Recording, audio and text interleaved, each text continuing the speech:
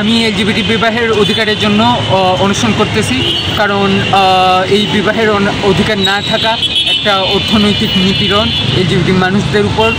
কাঠামোগতভাবে আমাদেরকে অর্থনৈতিক নিপীড়ন করা হচ্ছে আমাদের বিবাহের অধিকার না দেওয়ার কারণে। আচ্ছা, এই অনশন আপনাদের কতদিন চলবে? আপনার মৃত্যুর আগ পর্যন্ত অথবা অধিকার। আপনার পরিচয়? আপনার পরিচয়? আপনার পরিচয়? আমি সাহারা চৌধুরী রেবিন। কী করেন আপনি? আমি স্টুডেন্ট ছিলাম, রিসেন্টলি এক্সপেল। কোথায়?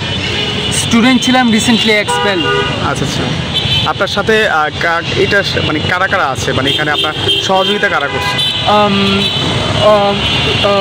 একমত হয় না দাবির সাথে এরকম? It depends on whether they would be fine with me saying their institutional name.